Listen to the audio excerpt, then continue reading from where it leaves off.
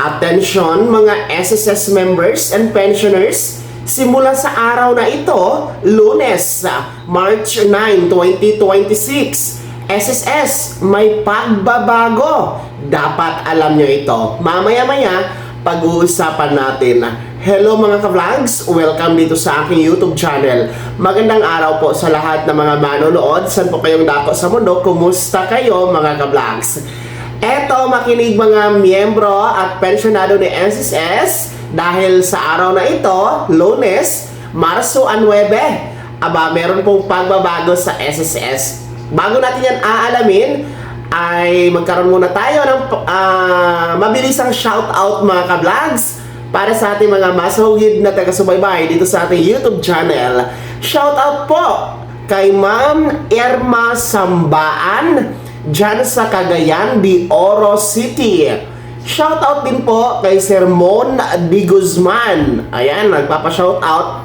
Hindi niya lang nalagay kung taga saan siya. Well, anyway, shoutout po sa inyo.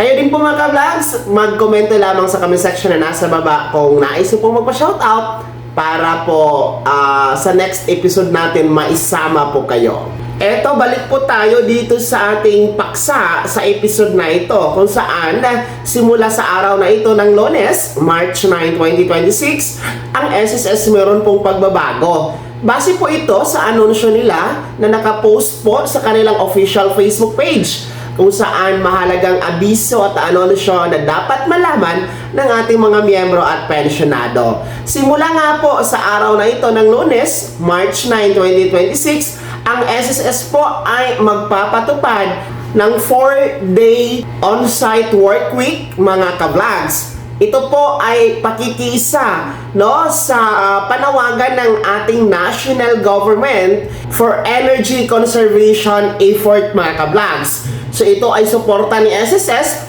sa panawagan ng ating gobyerno na makiisa dito sa pagtitipid ng enerhiya na nararanasan po natin ngayon mga ka-vlogs dahil nga po sa sigalot at digmaan sa Iran against US and Israel at iba pang mga bansa dyan sa Middle East. Alam naman natin na ang Middle East, ang Iran at iba pang bansa dyan sa UAE ay mga pangunahing bansa po yan na siyang nagsusupply sa atin ng gasolina, enerhiya mga ka-vlogs. Kaya malayo tayo sa digmaan pero affected pa rin po tayo in terms of economy, in terms of energy mga ka-vlogs. Kaya kung inyo pong napapansin ngayon, nagtataasan na po ang presyo ng gasolina, ng diesel, ng crudo. Ayon din po yan sa monitoring at anunsyo ng Department of Energy.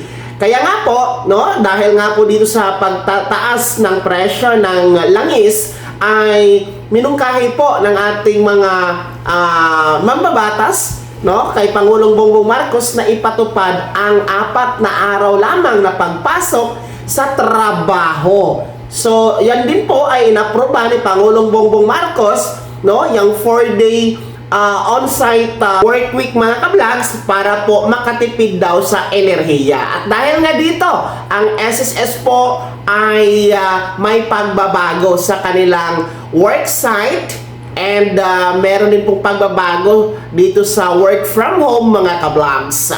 So narito po ang pagbabago para sa work schedule ng SSS para po sa main office. Ang on-site na kanilang trabaho ay mula Martes hanggang Biyernes. Samantalang tuwing Lunes naman, gaya nito, Lunes, ay work from home. Ibig sabihin ay hindi kayo po pwedeng pumunta sa main office ng SSS kapag Lunes dahil work from home sila. Tapos yung Makati office ni SSS, meron din pong on-site na bukas Monday to Thursday. Tapos yung work from home nila ay tuwing Friday mga ka-vlogs. So ibig sabihin sa Makati office tuwing Biyernes walang pasok ang kanilang opisina dahil naka-work from home.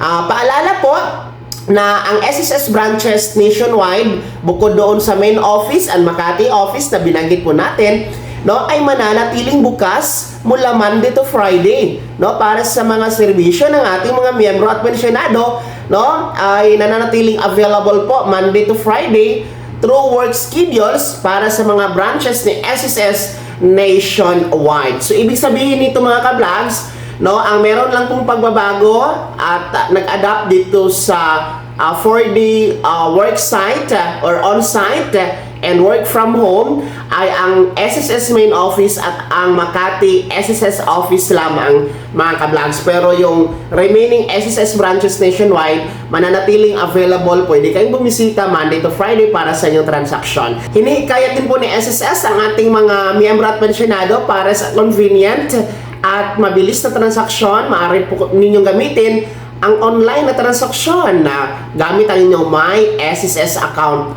mga ka-vlogs. So yan po ang pagbabago na meron ngayon ang SSS. Nakakapasok lang na anunsyo. Dapat alam nyo mga miyembro at pensyonado para kayo ay aware dito sa kakapasok lang na anunsyo. Kaya naman mga SSS members and pensioners mga ka-vlogs, no, kayo ba ay pabor dito sa 4 na lang na araw na pasok ng ating mga empleyado? No? Kayo ba ay pabor dito? Oo, hindi. Pakibahagi po sa comment section na nasa baba. Pakilakip ng buong pangalan at kung taga saan kayo. Kung bago ka pa lang sa aking channel o di ka pa nagka-subscribe, i-click nyo muna ang subscribe button na nasa baba. Huwag kalimutan na pindutin ang notification bell, ilagay sa all para una ka sa mga balitang i-upload ko. Maraming salamat po. God bless. Mag-ingat mga ka-vlogs.